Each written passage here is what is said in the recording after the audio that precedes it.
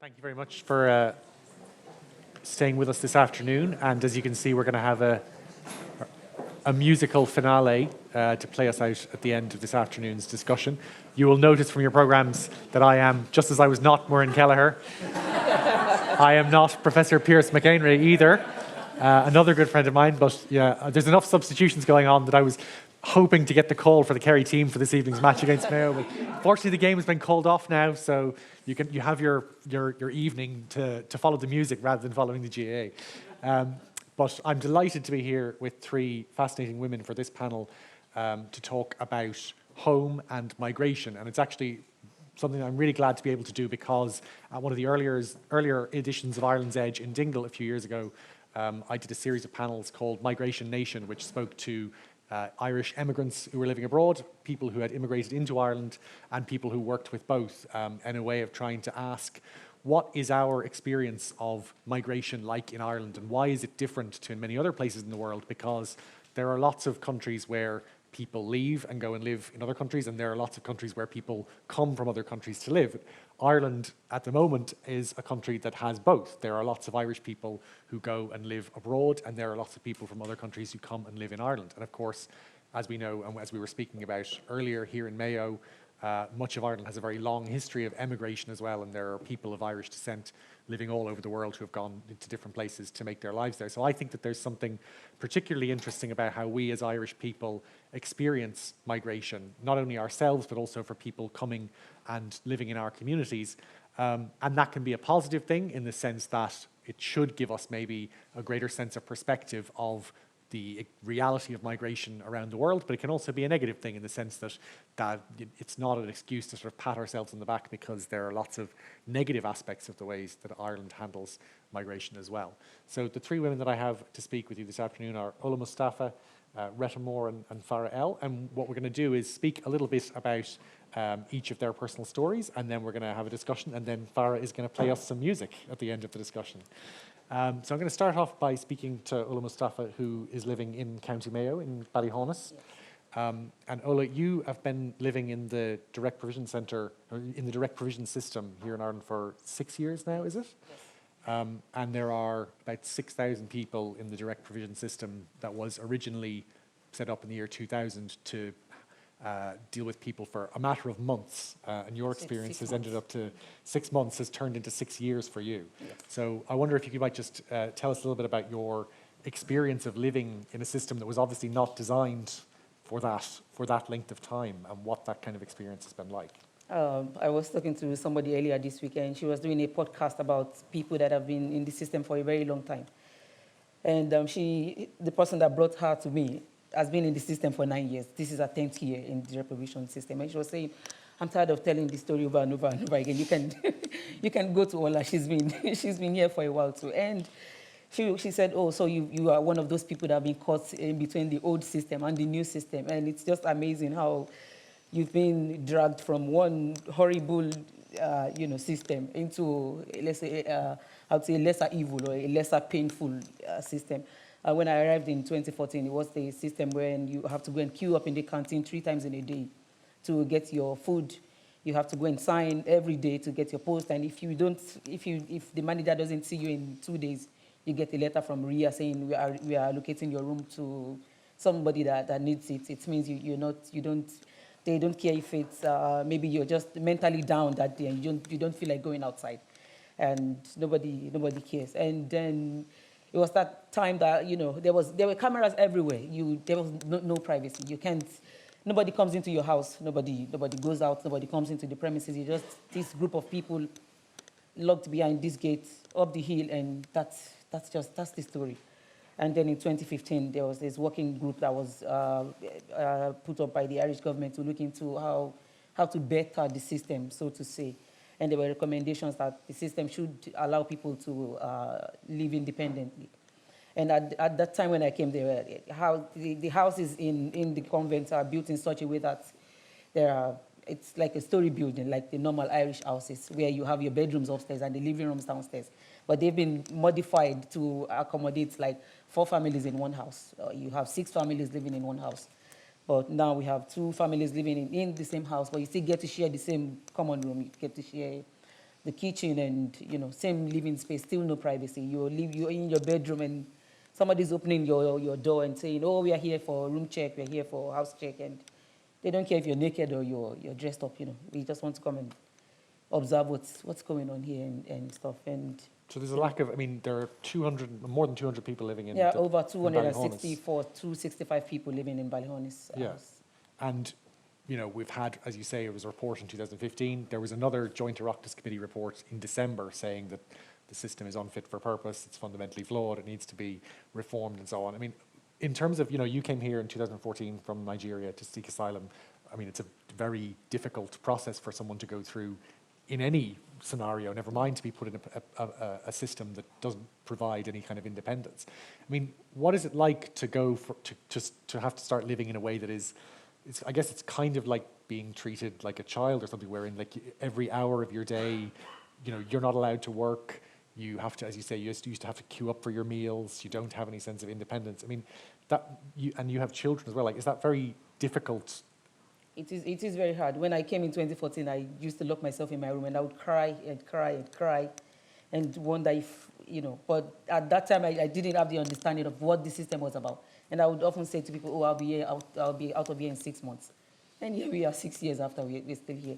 But over the years, you just kind of come up with your own coping mechanisms, whether it's you going to school or volunteering or, or just focus on your kids and just make them your source of happiness or your source of joy and stuff like that. Because you have engaged in a lot of volunteer work, and you were Christine Buckley Volunteer of the Year awarded recently.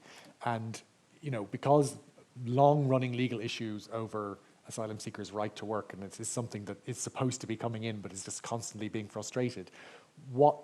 Did you go into the volunteering work because of that feeling of not being allowed to do anything else? It's so mortifying, waking up every day. I say to people sometimes, just when they say, oh, I would like to have your life, you would like to have my life. Okay, I've invited people to come to my house and spend just 24 hours in the center, and you wake up in the morning. I wake up at 6:45 in the morning, and I get my kids' lunch ready and get them dressed for school. And by 8:30, I can't even take them to school. That's how bad it is. There's no drop your kids at the school gate and give them a hug and part and, I'll be back to pick you up. The bus picks them from the center and brings them back into the center. And then that's your life. There's a pause in between. And you go back to your bed and press your phone and read all these nasty things about asylum seekers being spongers and freeloaders and stuff. And then 2 o'clock, the first one comes back from school, and then it starts all over again. Because all of those things that give people a sense of purpose in life, and has volunteering and working with other asylum seekers and other people in the direct provision system, has that given you a sense of purpose and something like that? Has it given you a sense of like, well, I am doing something, I can do something? Of course, yeah, yes. And it's so, on the surface it looks like these people are happy. But tell somebody now, say, oh, we'll be going to Ballina tomorrow, and, just to have a good day out there. And, oh, I'd rather stay at home and sleep. That's how people have been so desensitized, and they would rather just, just stay in their house and just deal with their boredom and their frustration behind their doors than coming out here and having a breath of fresh air. And in Ballyhoney, there's still this kind of up the hill, down the road kind of narrative. People see you outside, they know you're from up the hill. Yeah. And is that kind of that boundary between the 200 and something people living in the direct provision centre and the people in the community? Are there ways of breaking that down? Like when you go and speak to people from the community about your experience, is it possible for that divide to kind of be crossed, or is that like the fact that you live in such a different set of circumstances than people who have their own house and are allowed to work and take their kids to school and etc.? Is that divide just so big that it's very difficult to? First of all, you as you are, you can't just walk into the center and say, oh, I came here to see Ola. No. You have to start your journey from Dublin, writing to RIA and emailing them that I want to see this person. And then RIA would contact the management to say, we've given permission to this person to come and see specific this person. So you're coming in and this manager is following you around and eavesdropping on your conversation. And it makes it just so frustrating that people don't want to go through the stress of just, having, why would I have to go and seek permission from an organization just because I want to come and see this person? So I would say it's more of that bureaucracy or that rigorous steps of, asking for permission to come in there and have this conversation with these people that makes, it's like a turn off. And in the past, people were not allowed to come and visit. Now it's more like kind of flexible, but sometimes they might ask for, do you have Gadi vetting? So instead of you going to emailing iPads or RIA, sorry, you come in with your Gadi vetting and fill this visitors form and stuff, and But in a small community, I mean, that's such a large amount of bureaucracy just to go and visit someone who basically lives next door in a small town. What we do in Ballyhoney is bring the people out. Yeah. Instead of waiting for them to come to you. And when you bring the people out, like what kind of experience is that like of going and speaking to people? Like Ballyhoney is a small place, right? Like it's not a big city. It's not, there's not millions of people living there, whatever. Like, what is the experience of going out into the community and talking to people? So we had this event in Ballyhoney in 2018. It was in July or thereabouts. And after the event, people started coming and saying, we didn't know people in the convent had this kind of skills. And you begin to wonder, so who do you think I am? You don't believe I have this kind of skill to organize this kind of event? And that's one event fostered, opened the door to different kind of conversation. And last year as well, we had the Christmas party set up. What we used to have back then in the convent was the management would organize a kind of a small get-together in the convent. And we went to the management last year and say, I'm tired of seeing this person's face in house 2, in house 5, in house 15 in my pictures every year. I want to see a different face. Yeah. I want to see somebody that came in from Turin and Gotagani and Swinford or Kasuba or wherever. And they said, okay, it's fine. Whatever you want us to support you with, we will. And we collaborated with Ballyhoney Enterprise Center, and we did this fabulous Christmas party outside of the convent, and it was well attended, and it was fun. That's great. One thing I wonder is when we had the discussions about Migration Nation at Ireland's Edge in Dingle a couple of years ago, we had a video journalist who had made a film about Ballyhoney's GAA club and some of the kids from the local school whose families were in direct provision, joining the GAA club, playing Gaelic games and stuff in school. What is the experience? Because obviously, there are all of these restrictions on the things that you are able to do, and as an adult, that's particularly difficult. But what's the experience like for your children in terms of going, because they go to school every day, and that's a very different experience of being out in the community, but then they don't go home to like the type of house or the type of home that the other kids in school go to. What has been their experience of, I guess, 6 years growing up in Ballyhoney, really, because that's a significant part of somebody's childhood? Oh, unfortunately, Ballyhoney doesn't really have much of social activities for kids. And unfortunately, my kids they're not sports savvy. So we don't go to the GAA, we don't go to the tennis club, but they go to Krav Maga. And it's once in a weekend. Sometimes they feel, I don't want to go. It's just, I don't, So it's been a different experience for them, but there are loads of kids in the convent that goes to different activities, especially the teenagers and the preteen ones. I have an 11-year-old, but I guess he's still trying to figure out what he wants to do. Sometimes he would say, can I go to the GAA today? And tomorrow he's saying, boys sports is too hard. I don't want to do that. And tomorrow he might be saying, there's a Freuga up in the parochial hall. Can I go? And he would try it one time and say, I don't like the kind of conversation they're having, or people are talking too loud and stuff. And, as a parent, you get concerned. Like, they are so comfortable in that life they are used to. Yeah. That bringing them out sometimes kind of looks like an inconvenience to them. Okay, because it's almost too alien. That's what they've known all their life. So bringing them out of that place and introducing them into a different environment kind of conflicting to them. And I just let them do their thing. If they want to, I bring them. If they don't want to, my daughter does Irish dancing and she loves it. Okay. But I suppose when he's 11, the next few years is going to be difficult in of itself, regardless of where you're living.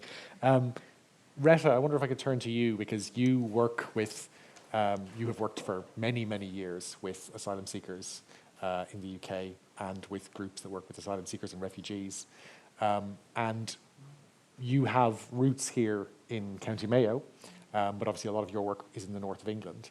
And I wonder, I mean, Ireland and the UK are obviously politically quite different in terms of the, toxic nature, I guess, of immigration in the UK at the moment as a political issue. But do you, when looking at Ola's experience in direct provision, do you see similarities in the type of issues that people in the UK face, or differences, or a combination of both? Yeah, I think I see much more similarity than I see difference. And because of that similarity, what we decided to do a long time ago, I'm based in Manchester in England, we decided a long time ago as a point of principle to always talk about people seeking asylum, because the term asylum seeker has become a pejorative term, and it's very necessary to foreground people's humanity. And that's why it's not easy, is it, for you to have to say so much about what it is that is actually the lived experience. Well, as Ola said about her yes, friend that's what I'm who's been in the saying. system Yes, for 10 years, you that's get right. tired of telling the story and Yes, having to justify. Right. Yeah, but I suppose the point I'm making is that at the end of the day, what we actually do share is our humanity. And what the system in Ireland is doing, which is no different, it seems to me, from the system in the UK, is finding ways within which it becomes possible to drain people's humanity away from them. And I think one of the most telling examples of that is what Ola's just described about not being allowed to go to the school gates. Because if you think about it, wherever we are in the world, how do we find out about people? How do we meet new people as adults? We either go to work, or if we're parents, we go to the school gates. We meet other parents in those social environments.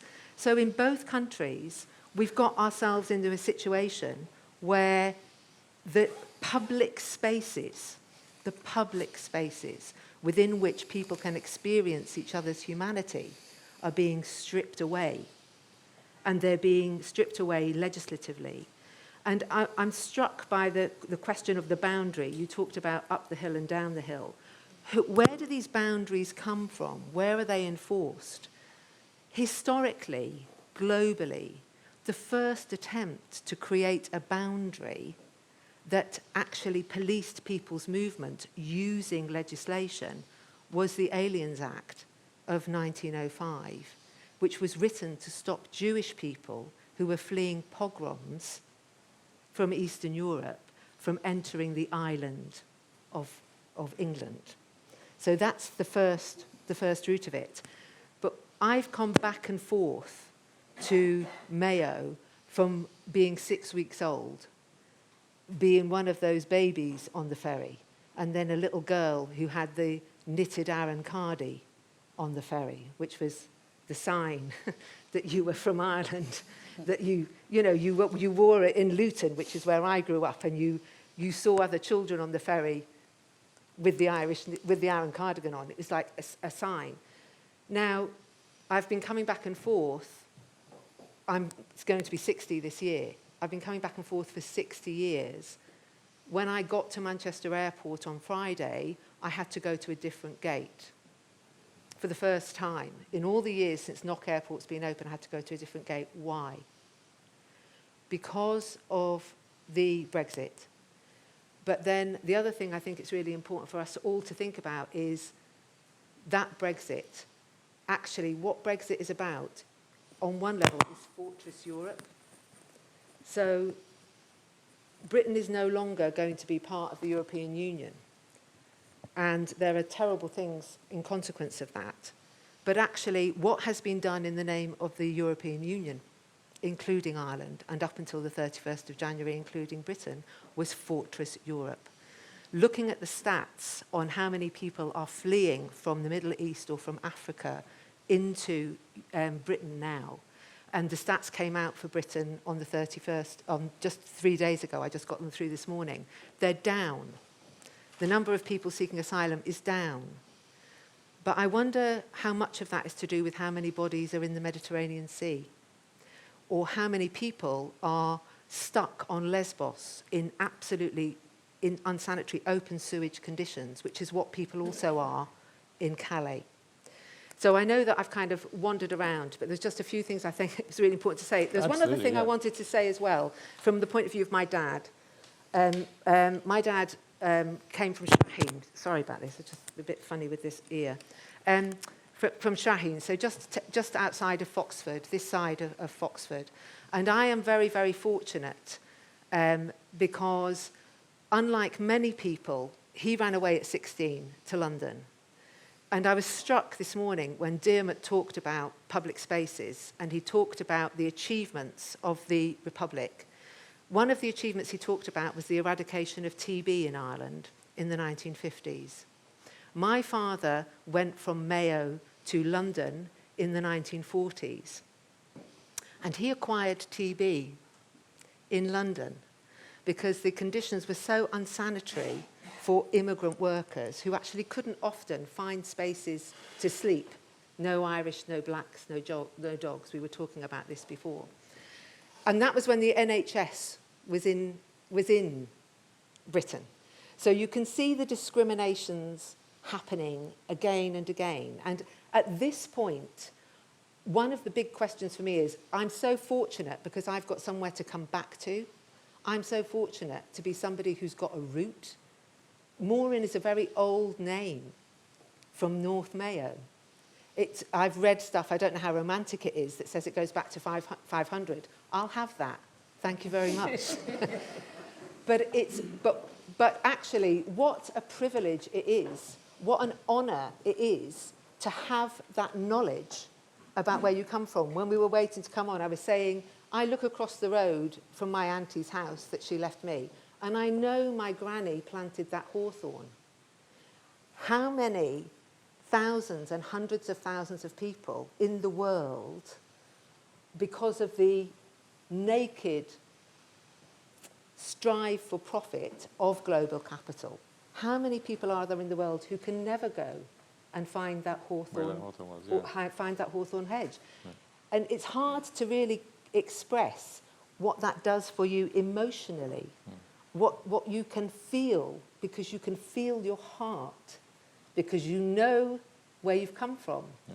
So I think, as somebody, I'm an Irish citizen and I'm a British citizen, so I think in embryo answer, in essence answer to your question, I actually don't see much difference in real terms, politically, at this point in time, between the hostile environment in Britain and the environment that says that Ola can't go and meet her children at the school gates, or that leaves a man from Bulgaria begging on the street out here today, who's one of 10, who told me that there's 10 of them with nowhere to sleep in Ballina tonight. Now, I'm not saying that for us all to beat ourselves up and feel terrible and guilty. But one of the things I think is great about this, and I meant to say, first of all, thank you so much for asking me to come. I am so glad to be here.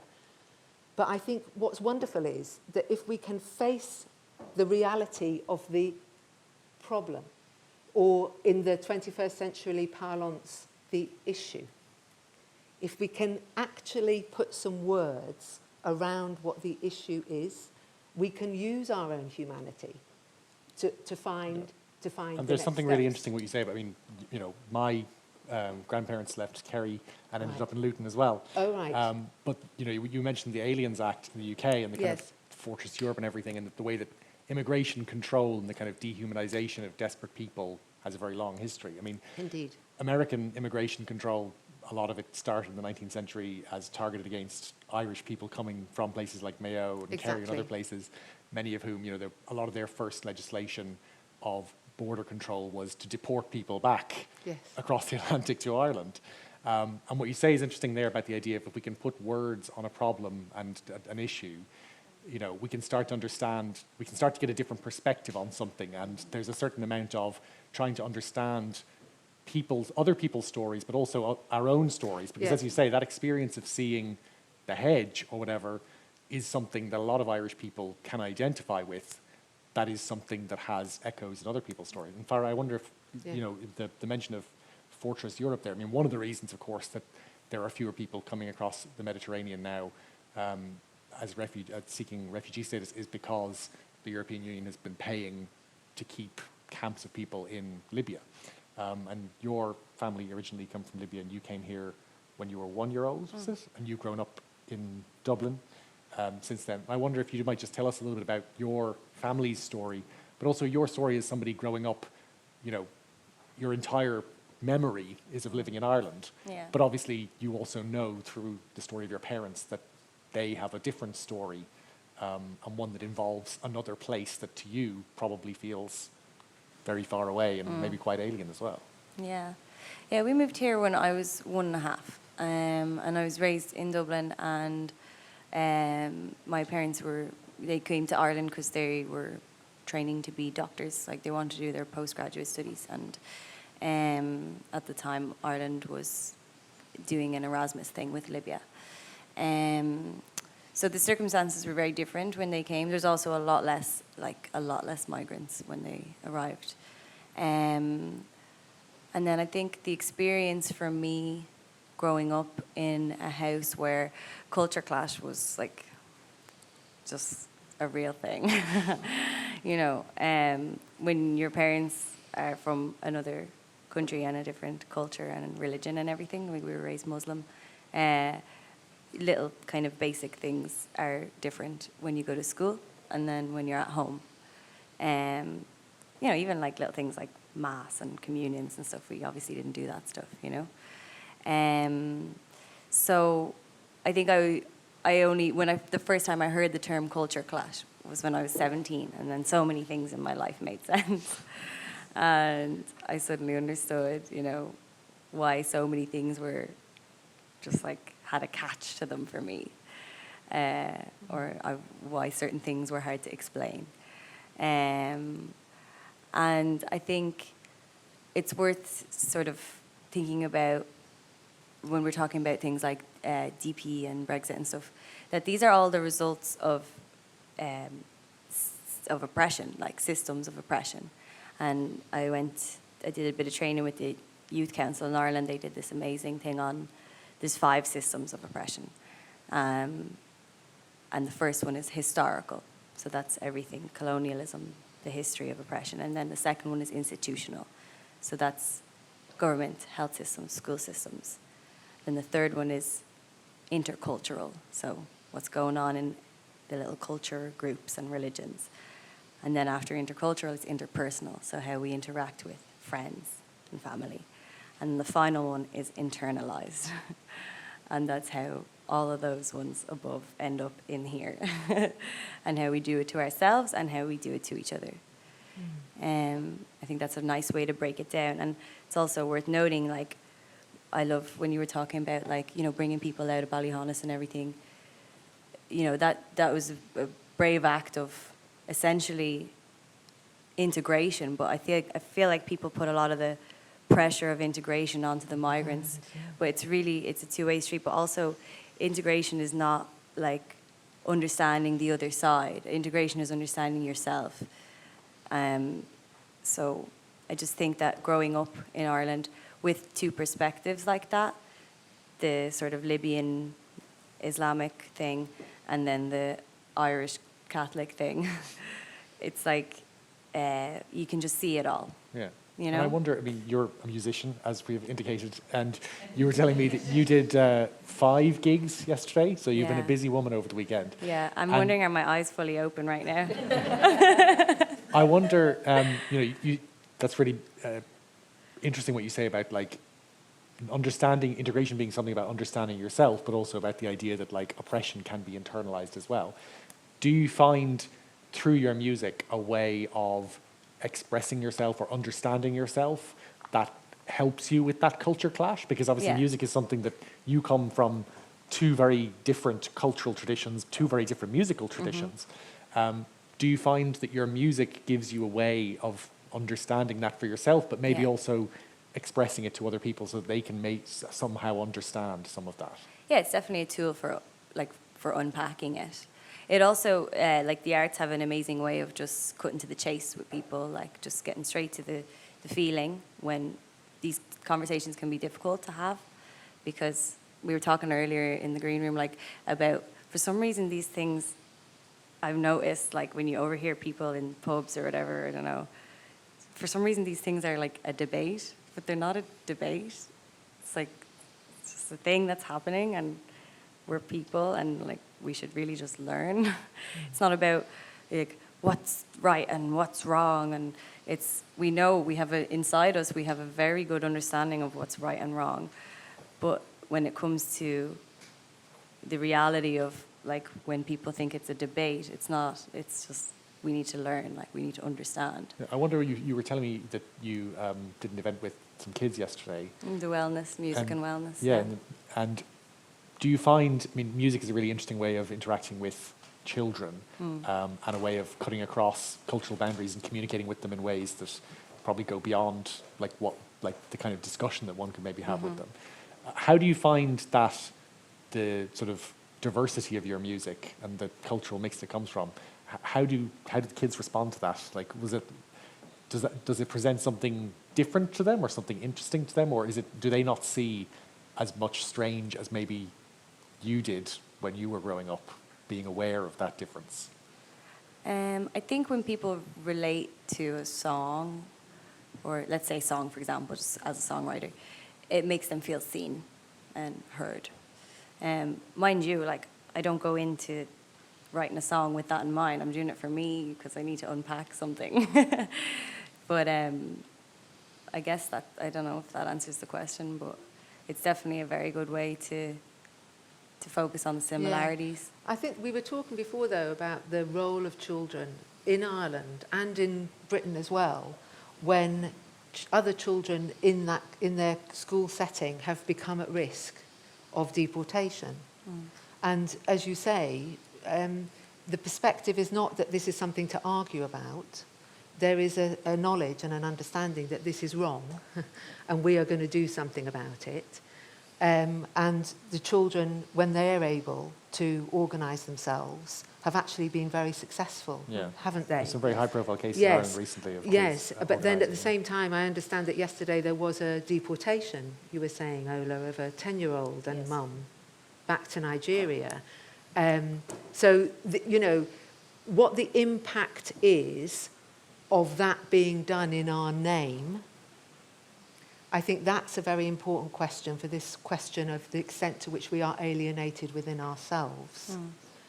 Because when we look at that, if we know that there's a mother and a child that have been forced back onto a plane and they're going to be taken, let's drive that through to its other end. It's not a good end, back into the capital of Nigeria, with the fact that they have attempted to challenge that state on their back. So they're going to be very, very vulnerable once they get back there. But then staying with this, because we can't do anything about that there, what is the impact of that kind of decision-making process having been done in our name? And on the other children who that 10-year-old is now gone from a classroom, from a friend group, from a sports team, or, you know. Yes, which is why it's absolutely vital to find ways to collectivise the problem or the issue, and to begin to put words to the feelings we have about that and to the ideas we might have. It doesn't matter how mad they are, because it doesn't matter if they're wrong. So what? They're wrong. We learn. We'll find another new idea. It's so necessary, and I think the reason I think it's very pressing is because, and we're talking a little bit about this in the green room as well, if you don't articulate and if you don't think out loud and try and collectivise a response to this nature of this kind of problem, you leave a vacuum. And vacuums are very dangerous places, because forces that you don't necessarily want to step into those vacuums will. When I was thinking about coming here, I was watching, I don't know if you watch Channel 4 News, it's about the only attempt at sanity on the news in Britain these days, I think. And they do try and create a narrative that goes from 7 o'clock to 8 o'clock in the evening, and you kind of get a sense that you might be in a world that's got some kind of coherence. But watching the Austrian Prime Minister walking across the threshold of number 10 was really very chilling, because the Austrian Prime Minister is actually very much in cahoots with the fascists. I see people, you know, that their governance is very much coupled with fascism now in Austria. And when you look into, in European states, when you look into the way in which fascist parties are beginning to operate in the 21st century, they are beginning to colonize particular areas of the state. So in the Austrian case, the fascists were very clear that they wanted to have quite a deep involvement in security, in the police. Where are they going in terms of judiciary? It's not like they're out on the street being boot boys, which is what we would be used to in the 1930s. There's a 21st century modus operandi developing. And the only way you can begin to make sure that doesn't happen is by filling the vacuum and through, with alternative. Through solidarity and collective action. Absolutely. Ola, I wanted to ask you about that because you have been involved in a lot of different types of volunteer activity amongst the people in Ballyhonus and other people that you've met. I wonder, is there, by working together with other people, does that give you a sense of strength?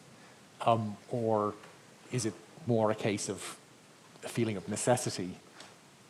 Well, I would say if you want to achieve anything, you can't. I don't think you can go fast.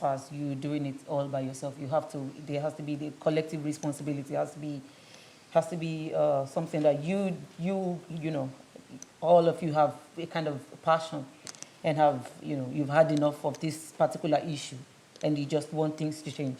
Like we were saying earlier, that people say homelessness in Ireland was due to somebody like me coming into Ireland and being housed in this place. How is the Reprovision responsible for homelessness? Yeah. This is not, it's not responsible the idea that we for can't this. solve both at the and same I was time, saying, like... Irish government can deal with these things at the same time. It's government policies that's responsible for homelessness, not me. Yeah. If I get my papers today, I am not going to jump over you to get a social housing. No. The least I would get is HAP, and it doesn't happen overnight. We have somebody that recently moved out of the center, I think 2 or 3 weeks ago, and it took her 2 years to find a house. Yeah. And somebody online would say, oh, the cheek of this person coming in here and getting free housing and getting this. That's not how it is. And from my interaction with people, there's a lot of ignorance out there as regards what this system is about. People don't see beyond, you get 38 euros and you have a house to yourself. The people need to look beyond that 38 euros. If I am working and I'm paying my taxes, I will be asking you, what are you doing with my money? I want to know how my taxes is being spent. You cannot say this system is what the Irish people want. And we are going to do it on behalf of Irish people. Absolutely. And I was saying, we went to Robin community on Monday. And these people are unaware of what this system is about. And by the time we finished talking to them and telling them what the system is all about, they were full of apologies and saying, permit us to apologize on behalf of Irish people. And that's like 10, 20, 30 people on your side saying, we will join you. And we'll put our voice to this movement and say enough is enough. And system has to end. We've had so many official admissions that the system doesn't work, and yet the system still exists. And I guess as something that kind of brings together a lot of the things that we've been talking to today is exactly what you just said about homelessness and direct provision. Communities require solidarity, and people face different types of problems. And when communities face different types of problems, those problems can't be put in opposition to each other when they're unconnected. It's not beyond our society to address more than one thing at a time. And it is the essence of community to be able to have the solidarity of saying, I have a problem, you have a problem, we have interconnected problems as well, but we also have things that we can both be helped at the same time. And I think that that's something that if all of the panels that we've had talking about today is the ability of people to come together in some sort of solidarity is the only way that issues are ever dealt with. And I think that all three of you have given fabulous examples of the way that doing that can also affect the way that other people see the world and see themselves in the world and understand that the story of my grandfather might be a similar story of somebody else today. So thank you all very much for your insights. We are delighted that Farah has agreed, despite her 5 gigs yesterday, to do another one for us now so that we finish off with some music. So I'm going to turn it over to you, and thank you, the three of you, so much for fascinating discussion.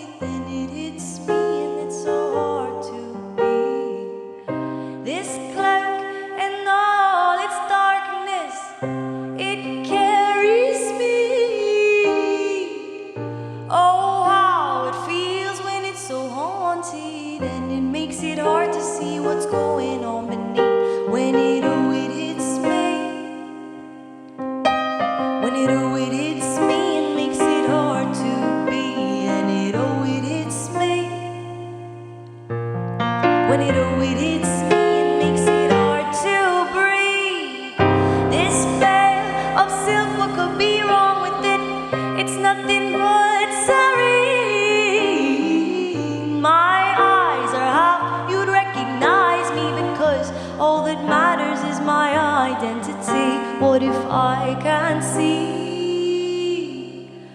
What if I find it hard to carry on being me? And what if this could be the only gate that welcomes every single part of me?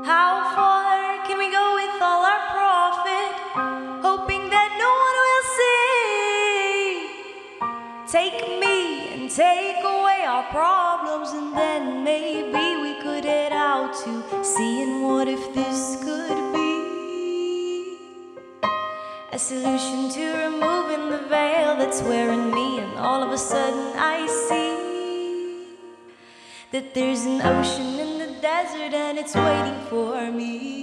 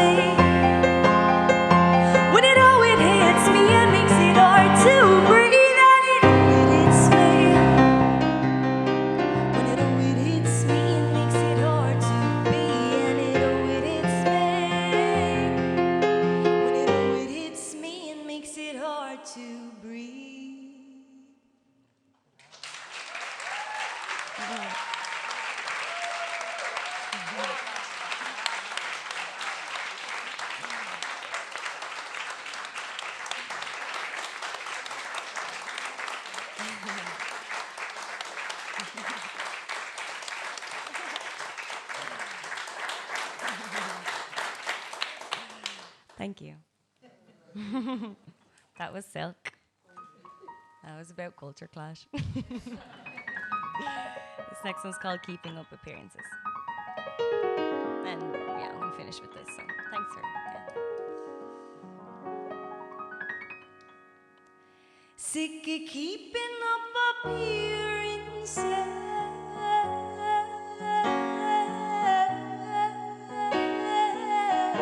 Sick of keeping up appearances.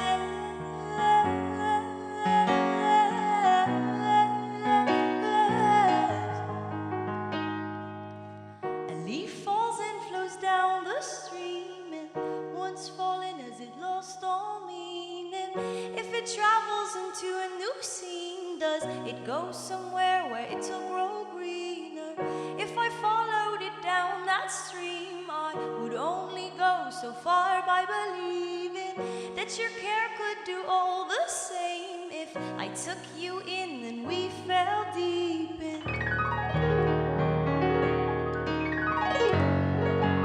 and we fell deep in, and we fell deep in.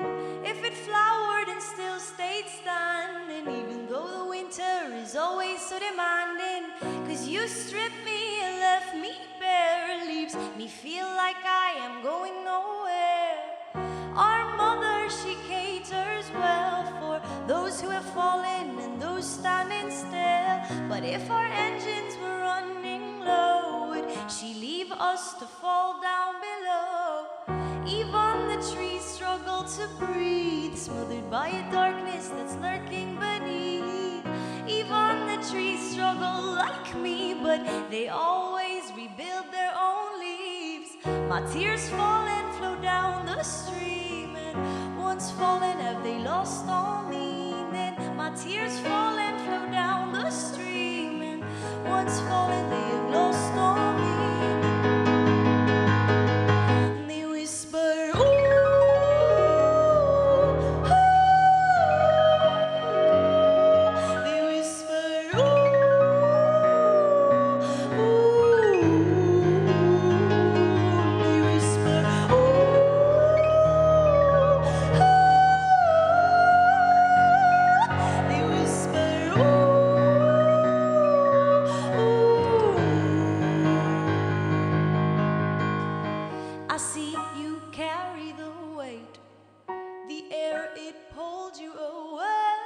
We should have never ended up this way. What makes a voice lose its say is when the heart, it cowers away from all the anger and sadness displayed. They whisper, ooh, ooh.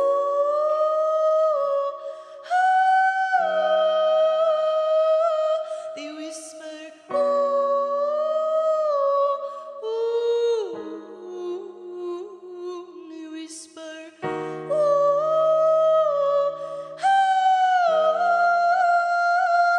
They whisper, ooh, ooh.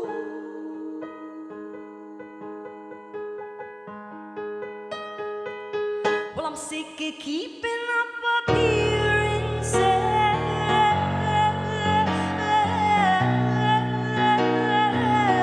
Sick of keeping up appearances.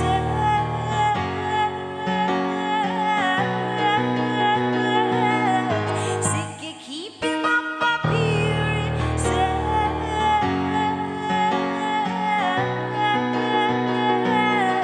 Sick of keeping up appearances.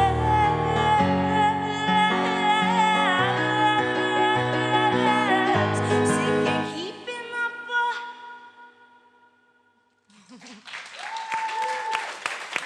Thank you very much.